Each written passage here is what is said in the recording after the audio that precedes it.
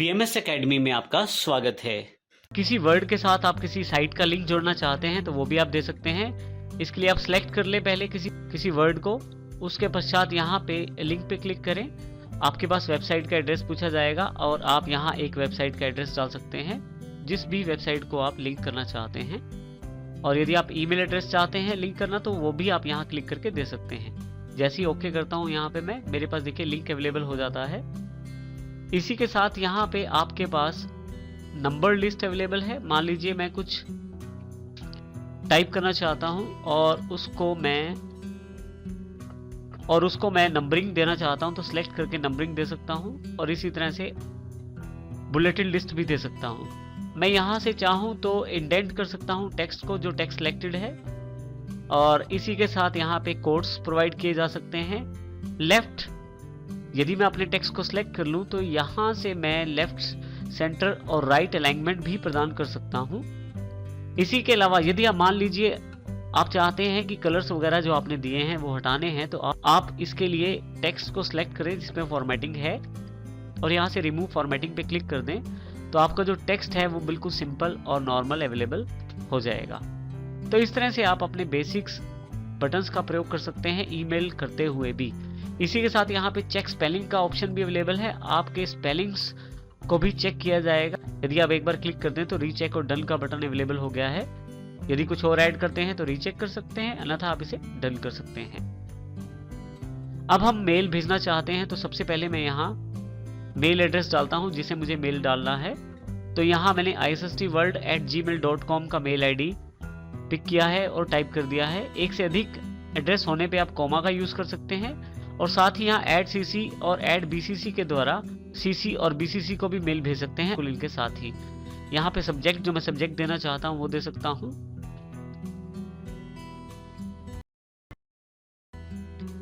और यदि आप फाइल अटैच करना चाहते हैं तो अटैच ए फाइल पे क्लिक करें। अपने डेस्कटॉप से जो फाइल आप अटैच करना चाहते हैं वो अटैच करें। मैं यहाँ से लाइब्रेरीज पे चला जाता हूँ, पिक्चर्स पे चला जाता हूँ और एक इमेज है जिसको मैं ऐड करना चाहता हूँ उसे ओपन यहाँ से कर देता हूँ सिलेक्ट करके।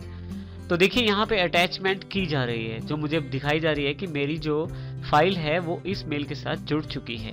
यदि मैं नहीं चाहता इस अटैचमेंट को जोड़ना तो मैं कैंसिल भी कर सकता हूँ। यहाँ से आप एक से ज्यादा फाइलें भी भेज सकते हैं अटैच अनदर फाइल करके। फाइनली जब आपने ये टाइप कर लिया है तो अब आपको सिर्फ इसे भेजना है। इसके लिए आपको केवल सेंड का बटन दबाना है और आपकी ये जो मेल है स्वयं ही चली जाएगी। लेकिन यदि आप ध्यान दें तो कुछ समय तक अगर आप इसे सेंड नहीं करते तो जीमेल की एक फीचर जो ऑटो सेव कर देती है। अब यहाँ देखें सेव का जो बटन है वो डिम हो गया है और यहाँ पे जानकारी दी गई है कि ड्राफ्ट जो है ऑटो सेव्ड हो गया है। अर्थात जब आप टाइप कर रहे होते हैं और किसी कारण से मेल नहीं भेज रहे और यदि आप मेल लिख रहे हैं अभी तो स्वयं ही जीमेल उसको ऑटो सेव भी करता रहेगा साथ साथ, ताकि किसी कारण से कंप्यूटर बंद होने की दशा में या कोई इंटरनेट कनेक्शन फेलियर होने की दशा में आपको ये मेल वापस मिल जाए जो कि आपको ड्राफ्ट्स में प्राप्त होगी। अब मुझे इसे केवल सेंड करना है। जैसे ही मैं सेंड करता हूँ यहाँ मैसेज आ गया मेरे पास सेंडिंग, और फाइनली जब मैसेज चला जाता है तो यहाँ पे your message has been sent, आपका जो मैसेज है वो यहाँ से चला गया है। किसी कारण से अगर ये मेल वहां नहीं पहुंचती तो आपके पास उसकी एक्नॉलेजमेंट वापस आ जाती है जो ये बताती है कि मेल वहां नहीं पहुंची है। वो भी कुछ सेकंड्स के अंदर ही आपके पास एक्नॉलेजमेंट वापस आ जाती है। हम फिर से एक मेल लिखने की कोशिश करते हैं जिसको मैं उसी समय नहीं भेजना चाहता। इसके लिए मैं कंपोज पे क्लिक करता हूँ। फिर से जो एड्रेस है वो यहाँ मैं डाल देता हूँ जिसपे मुझे मेल भेजनी है, सब्जेक्ट, और यहाँ पे आप अटैच फाइल करना चाहते हैं तो वो, और यहाँ पे मैसेज, जो भी मैसेज है वो यहाँ टाइप कर दें।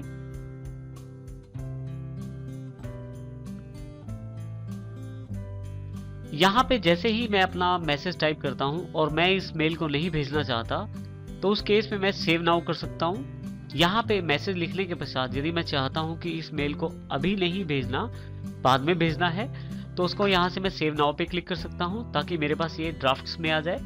और यदि मैं इसे भेजना ही नहीं चाहता तो मैं डिस्कार्ड कर सकता हूँ। अभी मैं इसे सेव नाउ कर देता हूँ।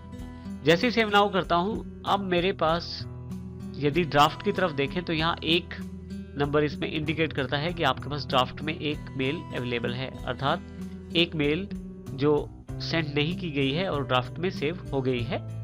ड्राफ्ट्स पे क्लिक करता हूँ तो ड्राफ्ट में आपके पास देखिए मेल का जो सब्जेक्ट है वो दिया गया है और वो मेल पूरी बताई गई है।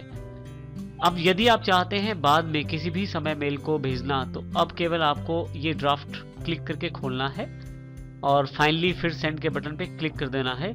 ये मेल फिर से दोबारा चली जाएगी। तो ड्राफ्ट के साथ आप उन मेल्स को जिनको उस वक्त नहीं भेजना चाहते, बाद में भेजना चाहते हैं, तो सेव करके रख सकते हैं। सेंट मेल पे यदि मैं क्लिक करूं तो वो सभी मेल्स जो मैंने भेजी हैं उनकी इंफॉर्मेशन आ जाती है। जो मेल मैं देखना चाहता हूं बाद में वो भी देख सकता हूं क्लिक करके। जैसे मैं फर्स्ट मेल पे क्लिक करता हूं तो मेरे पास जो मेल मैंने भेजी थी उसकी जानकारी अवेलेबल हो गई है।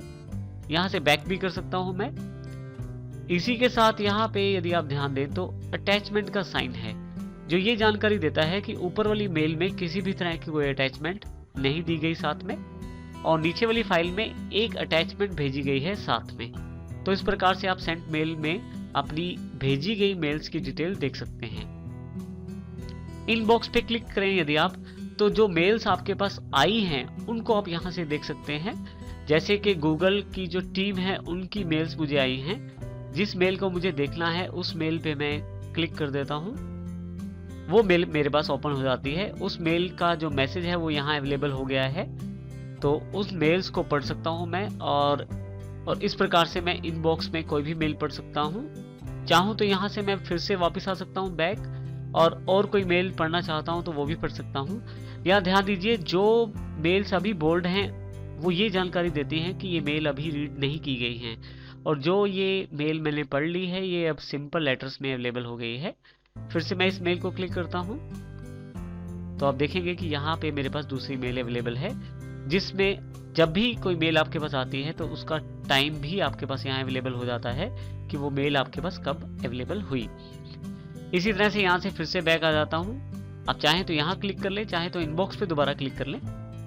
फिर से देखें यहाँ पे इनके लेटर सिंपल हो गए हैं, जबकि ऊपर वाले दोनों मैसेज के लेटर जो हैं वो बोल्ड हैं अभी तक, जो ये दर्शाते हैं कि ये मेल अभी नहीं पढ़ी गई है। आपके पास काफी सारे मेल्स इकट्ठे हो सकते हैं, तो ऐसा हो सकता है कि आपको उनमें से कुछ मेल्स नहीं चाहिए, या जो मेल्स हैं वो आपका जो ईमेल अकाउंट है वो भर रहे हैं, और यदि आपको मेल नहीं चाहिए तो आप यहाँ कॉर्नर से उन्हें सेलेक्ट कर सकते हैं। सेलेक्ट करने के पश्चात कुछ ऑप्शंस यहाँ से अवेलेबल हो जाते हैं आपके पास। यहाँ आपके पास एक डिलीट का ऑप्शन अवेलेबल है। जब मैं इसे क्लिक करता हूँ डिलीट पे, तो यदि आप देखें तो 2 conversations have been moved to the trash. इसका अर्थ यह है कि 2 मेल्स जो मैंने डिलीट किए हैं वो ट्रैश में चली गई हैं। एक तरह से कंप्यूटर के लिए जो रिसाइकिल बिन होता है जीमेल में, वही एक ट्रैश की तरह काम करता है। अर्थात जब भी आप किसी चीज़ को डिलीट करते हैं तो वो आपके पास ट्रैश में चली जाती है, ताकि यदि आप कभी दोबारा उसकी ज़रूरत पड़े तो आप ट्रैश में से उसे दोबारा निकाल सकें। और यदि आप अभी चाहते हैं उसे वापस लाना तो यहाँ से अंडू भी कर सकते हैं। इसके अतिरिक्त यदि ट्रैश में काफ़ी सारी मेल्स इकट्ठी हो जाते हैं तो आप उसे भी डिलीट कर सकते हैं। ट्रैश में से मेल्स डिलीट करने के लिए यदि आप यहाँ इस तरफ आएँ और यहाँ मैं अगर सर्कल्स के आगे हल्का सा माउस लेके जाऊँ तो देखिए मेरे पास मेन्यू जो है वो बड़ा हो जाता है। देखिए फिर से जब मैं माउस यहाँ लेके आता हूँ तो मेन्यू बड़ा हो जाता है, और यहाँ अगर मैं लेस पे क्लिक करूँ तो कुछ ऐसा ऑप्शन आएगा।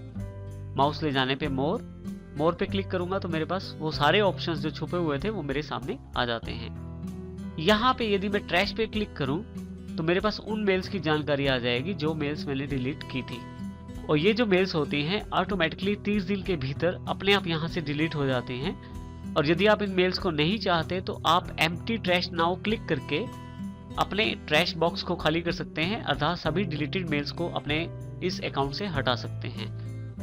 यदि आपको लगता है कि ये मेल आपके लिए इम्पोर्टेंट है और आपको ये मेल वापस चाहिए तो उसके लिए आप सिलेक्ट करें यहाँ पे आर्चिव को, और यहाँ पे यदि मूव टू पे क्लिक करें तो इनबॉक्स का ऑप्शन आपके पास है।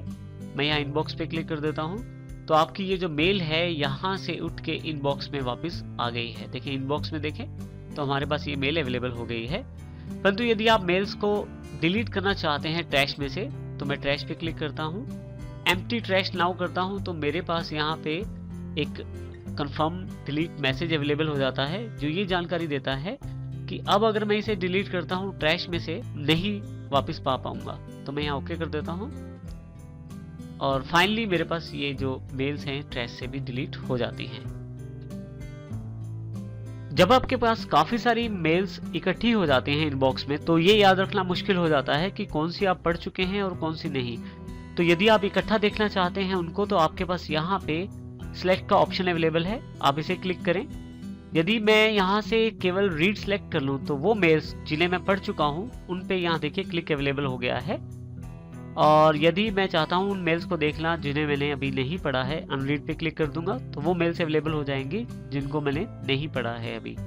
इसी तरह से यदि आप इकट्ठा सबको डिलीट करना चाहते हैं या मूव करना चाहते हैं, तो उसके लिए ऑल सेलेक्ट कर लें। तो जो भी काम आप करेंगे, जैसे ट्रैश में डालना या कहीं पे मूव करना, तो आप इन सभी मेल्स को एक साथ मूव कर पाएंगे या एक साथ डिलीट कर पाएंगे।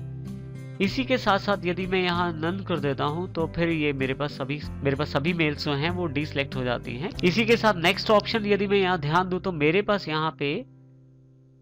यहाँ यदि मैं क्लिक करूं अपने प्रोफाइल पे, तो मेरे पास मेरा नाम, मेरा ईमेल अकाउंट प्राइवेसी और व्यू प्रोफाइल जो कि गूगल प्लस से अटैच है उसकी जानकारी भी यहाँ अवेलेबल है। यहाँ मैं अकाउंट पे क्लिक कर देता हूँ। जैसे ही अकाउंट पे क्लिक करता हूँ तो मेरे पास अकाउंट सेटिंग्स खुल जाती हैं। अकाउंट्स की जो सेटिंग्स है उनको यहाँ से मैनेज कर सकता हूँ। जैसे कि सबसे इम्पोर्टेंट फीचर है सिक्योरिटी। अगर मैं सिक्योरिटी पे क्लिक करता हूँ यहाँ से, तो यहाँ पे पासवर्ड और रिकवरी ऑप्शंस अवेलेबल हैं। यदि आप अपने ईमेल आईडी का पासवर्ड बदलना चाहते हैं तो यहाँ से चेंज पासवर्ड पे क्लिक करें। ऊपर आपको करंट पासवर्ड डालना पड़ेगा, अर्थात वो पासवर्ड जो अभी आप प्रयोग कर रहे हैं। नीचे आपको न्यू पासवर्ड और फिर से उसे कंफर्म करना पड़ेगा और उसके पश्चात चेंज पासवर्ड पे क्लिक करना पड़ेगा। इसके साथ ही आपका पुराना पासवर्ड आपकी मेल आईडी से हट जाएगा और एक नया पासवर्ड उस पर एप्लीकेबल हो जाएगा। मैं यहाँ से अभी बैक आ जाता हूँ। इसी तरह से आप रिकवरी ऑप्शंस को भी अपडेट कर सकते हैं। तो इस तरह से आप अपना ईमेल अकाउंट बना सकते हैं, उसको यूज कर सकते हैं, उसको मैनेज कर सकते हैं। और फाइनली जीमेल अकाउंट से साइन आउट करना चाहते हैं तो यहाँ कॉर्नर पे क्लिक करें। यहाँ आपके पास साइन आउट का बटन अवेलेबल है। जैसे ही मैं इसे क्लिक करता हूँ तो मेरे पास मेरा अकाउंट जो है वो साइन आउट हो जाता है। बिल्कुल ज़रूर ध्यान रखें, जब भी आप किसी पब्लिक प्लेस पे कंप्यूटर का यूज़ कर रहे हैं या किसी दूसरे व्यक्ति के कंप्यूटर पे कार्य कर रहे हैं या किसी साइबर कैफ़े में कार्य कर रहे हैं, तो साइन आउट करना मत भूलें। तो इस तरह से आप अपने ईमेल का प्रयोग कर सकते हैं।